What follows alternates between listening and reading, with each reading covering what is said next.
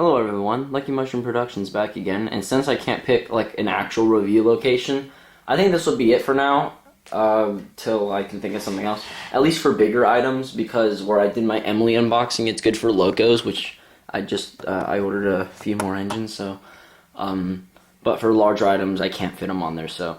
Today's review is actually going to be on the very rare Hornby Thomas and Friends Windmill, and it's not just the color of the camera, the box is faded.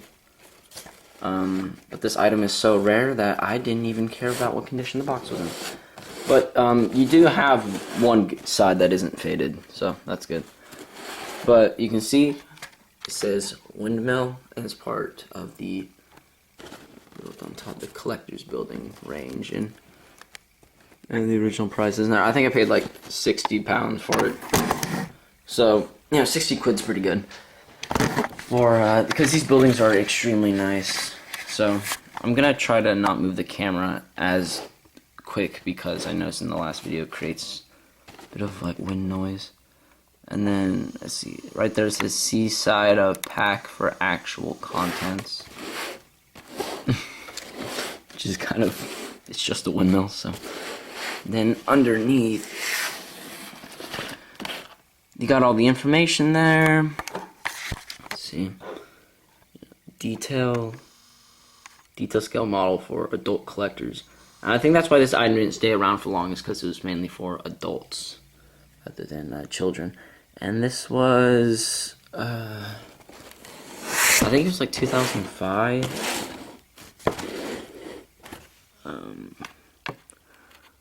Let's see if we can looking for a date. What does that say? I think it's 2000.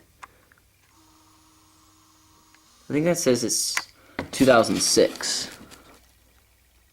Yeah, so this came out in 2006, which was season 10, I think.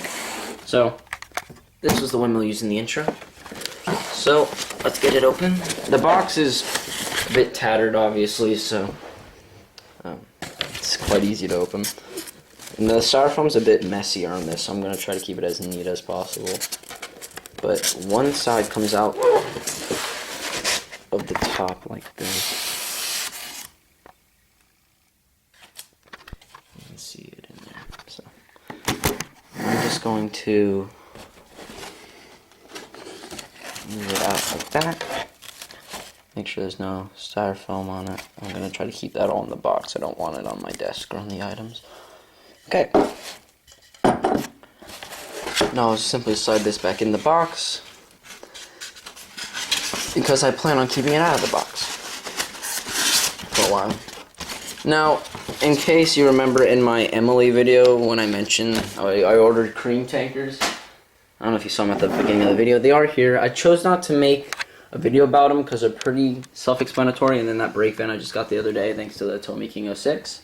Who ordered that for me, which was really nice of him. So if you want me to do a video on those, I will. And here's a windmill. So I have a size comparison because I'm sure a lot of us have the Bachmann Cranky, because it's a pretty common item. So there you go, there's a size. It's very big, and it's true to the actual size of the windmill, which is one thing I never liked about the Bachmann one, because the Bachmann one was always a bit small. But my favorite thing about this windmill by far is the material. So Bachmann Cranky and the Bachmann windmill are plastic. The Hornby windmill, like the Scaledale buildings. Oh, I could just check here, it says 2006. And there's room for lighting up in there and everything. But this is made out of, I think it's like a resin. I don't know if y'all can hear that. And the blades are made out of metal. And not only does this one move, the only downside is that it isn't motorized. I don't really know how you could make it motorized, although it can just be powered by the wind like it should. So like for my intro, I'll probably just have some sort of wind blower thing blowing those around, because once it goes pretty well because they're metal. But not only does that one move, but this one, which I don't think the Bachmann one does, that moves. Which I don't even think you see that moving in the show, which is awesome. And then all this detail is weathered. All the bricks. I'll just see if I can zoom in. You can see all that is weathered. You got the door, and the windows are, you can see through them. I don't know if they're like that on the Bachmann one, because there's probably like bits for the motorized stuff inside the Bachmann one. But I'll do a size comparison. It's hard to keep this item in shot. Let me grab, we'll just move them over here.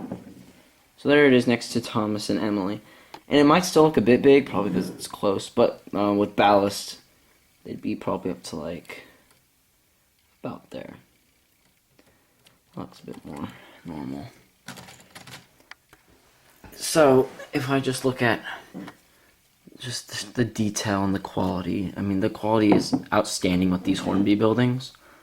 So I'd recommend picking up any of the Hornby buildings you can find. I sure know I'm going to try to get all the Hornby buildings, at least the ones that came out, like the Great Discovery and Maithwaite and all that. Like the footbridge. Because, I mean, it just looks great, even like as a standalone piece. But this model is like one of the most rare things that Hornby ever made for the Thomas range, even more rare than Oliver. Like, good luck finding this. It was very hard. I mean, it took me 3 years looking for one to finally come up. So... But if you do ever find it and it's not over like 80 quid, definitely get it.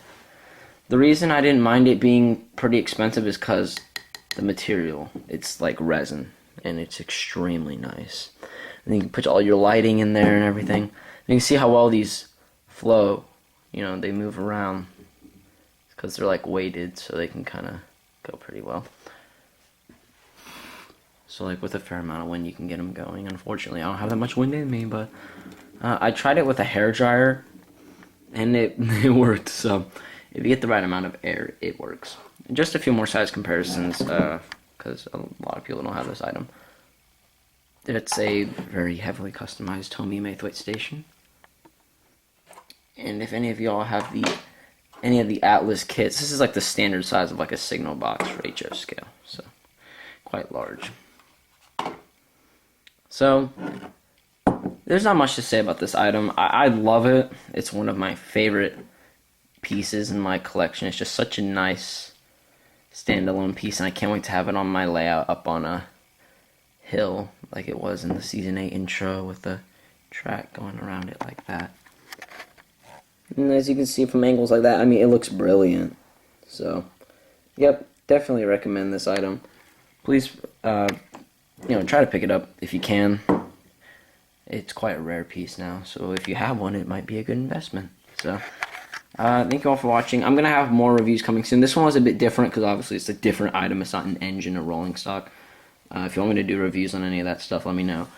But I have ordered a few new engines for my collection, so I'll be coming out shortly. And again, I wouldn't have been able to get all these engines and things like the Windmill if it wasn't for you guys watching. So, thank you so much. Anyway. Lucky Mushroom Productions signing out, and I will see you guys next time.